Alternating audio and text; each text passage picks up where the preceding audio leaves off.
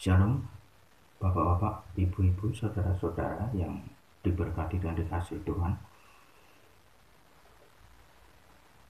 Wabah penyakit pada zaman Daud ini bukan yang pertama ya. Kalau kehidupan Daud itu kira-kira 1000 tahun sebelum Masehi, jadi 3000 tahun dari sekarang. Nah, padahal kalau ditelusur lebih dalam lagi, kalau di Alkitab itu zamannya Musa, yaitu 1500 tahun sebelum Masehi, berarti 3500 tahun. Jadi ini lebih muda 500 tahun dibandingkan zamannya Musa. Nah, yang pertama-tama di dalam cerita ini langsung dituliskan bahwa iblis itu marah kepada orang Israel. Lalu di dalam ayat yang lain juga dikatakan bahwa Tuhan itu marah kepada orang Israel. Yang marah pada orang Israel siapa berarti? Iblis atau Tuhan? Dua-duanya sebetulnya yang marah ya. Satu, iblis marah kepada orang Israel. Zaman itu juga Tuhan juga sedang marah kepada orang Israel. Kenapa iblis bisa marah kepada orang Israel? Dalam konteks itu karena Daud, orang Israel itu kan dalam konteks menghancurkan penyembahan-penyembahan ala-ala lain, penyembahan Tuhan-Tuhan yang lain, kuil-kuil dari dewa-dewa yang lain itu dihancurkan oleh Daud, oleh bangsa Israel. Penyembahan dari agama-agama lain ya, tentu pemilik dari kuil-kuil itu marah. Makanya dikatakan bahwa iblis itu marah, karena penyembahan kepada iblis itu dihancurkan oleh bangsa Israel. Tentu marah mereka ya. Maka iblis itu pengen balas dendam kepada Daud dan kepada orang Israel. Nah, kalau Tuhan marah itu kenapa gitu? Tuhannya sendiri kok bisa marah kepada umatnya? Nah, dalam konteks ini dikatakan bahwa karena bangsa Israel itu sudah hidup tenang, sudah hidup makmur ya, sudah punya rumah-rumah sendiri, tetapi mereka itu tidak memperhatikan mezbah Tuhan. Maka di dalam konteks pagebluk saat itu, Tuhan tujuannya bangunlah mezbah di ladang Araunah itu, yaitu tujuannya adalah supaya umat Tuhan itu memperhatikan mezbah Tuhan. Tuhan marah karena mereka tidak memperhatikan tempat ibadah, tempat untuk menyembah Tuhan atau melakukan ibadah. Ya tentu Tuhan marah. Nah, caranya marah itu bisa menumpas banyak orang dengan penyakitnya saat itu ya. Ini kisah pada zaman Daud. Ya, lalu ya begini kisahnya. Lalu iblis yang itu membujuk Daud, mengatakan, hitunglah orang Israel. Wah, sombong-sombongan gitu. Jadi mau menghitung jumlah penduduk Israel saat itu. Hitunglah jumlah penduduk gitu. Jadi iblis itu membisikkan kesombongan di dalam diri Daud itu. Nah, Daud akhirnya punya inisiatif, berkata kepada jenderalnya, yaitu Jenderal Yoab, jenderal, pergilah ke seluruh negara, lalu hitunglah rakyatnya, hitunglah rakyat kita gitu. Nah, sebetulnya ya,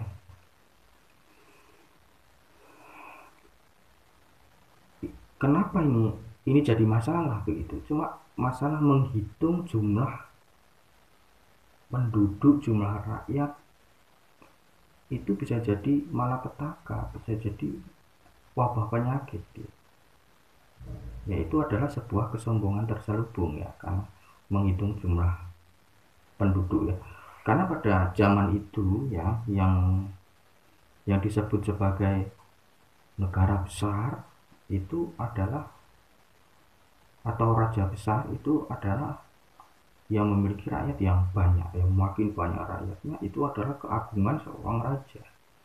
Ya bukan dinilai dari hartanya saja, ya bukan hanya dinilai dari kekuatan militer, kemasyhuran, tapi jumlah rakyat itu, ya jumlah rakyat itu mempengaruhi semuanya. Kekayaan mempengaruhi kekuatan militer, mempengaruhi keamanan, mempengaruhi kemasyhuran. Ya, itu kebesarannya itu memang tergantung dari jumlah rakyat itu ya, pada zaman itu ya. Kalau di zaman sekarang ini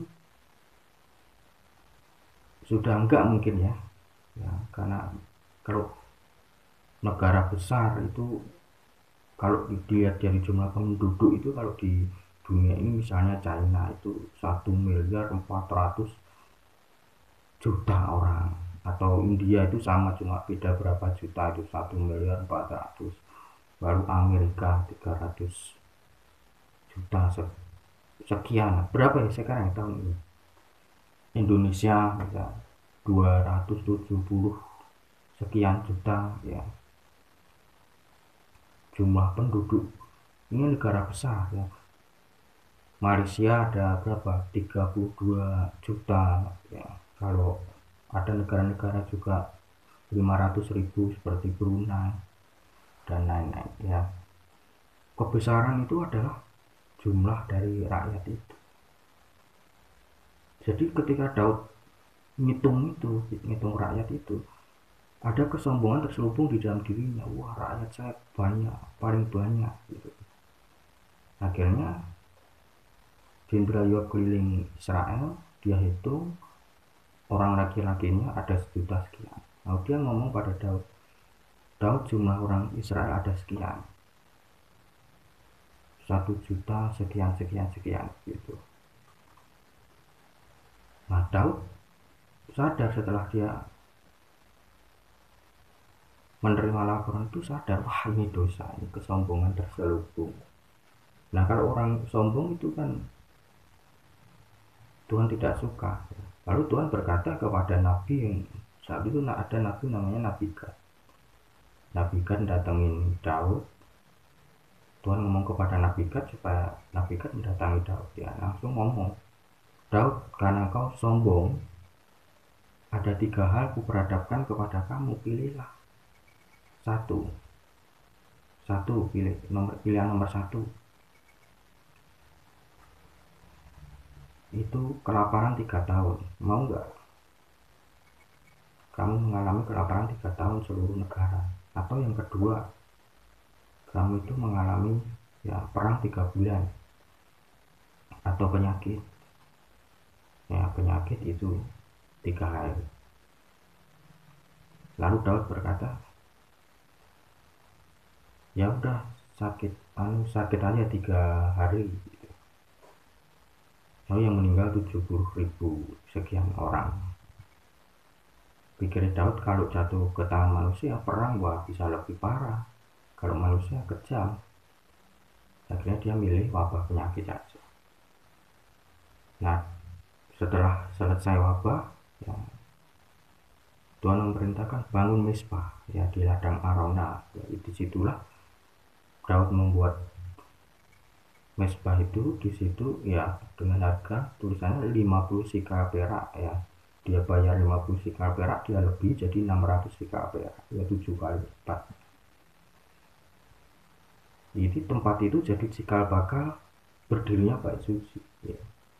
Jadi berdirinya Bait Suci itu untuk menahan wabah penyakit itu.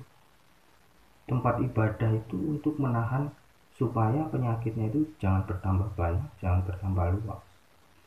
Ada doa, ada pujian, ada penyembahan, supaya malaikat Tuhan itu bukan datang untuk membawa malapetaka, tetapi supaya malaikat Tuhan datang itu untuk membawa berkat dalam kehidupan orang Israel. Nah, setelah itu kehidupan bangsa Israel itu sampai berapa puluh tahun ke depannya itu kokoh dalam damai sejahtera ya. kesehatan, kemakmuran itu kokoh setelah pendirian mezbah Tuhan di tempat itu. Sebelumnya belum ada mezbah itu, belum terlalu diperhatikan. Sejak itu mezbah Tuhan diperhatikan. Nah, ringan saja saya mau ngomong di sini adalah mezbah ini berbicara tentang ibadah kepada Tuhan, pujian penyembahan kepada Tuhan, ya. Itu untuk mengurangi wabah penyakit, mengurangi segala yang buruk di dalam kehidupan kita, ya. Mungkin tidak sepenuhnya hilang, mungkin ya.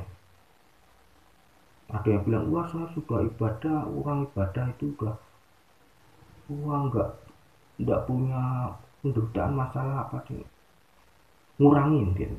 Kalau nggak ibadah ya mungkin lebih banyak lagi penderitaan masalah, kalau nggak ibadah lebih parah. Tapi karena ibadah ada malaikat Tuhan yang melindungi, ada malaikat Tuhan yang membawa berkah Tuhan, ada malaikat yang membawa hal-hal yang baik gitu.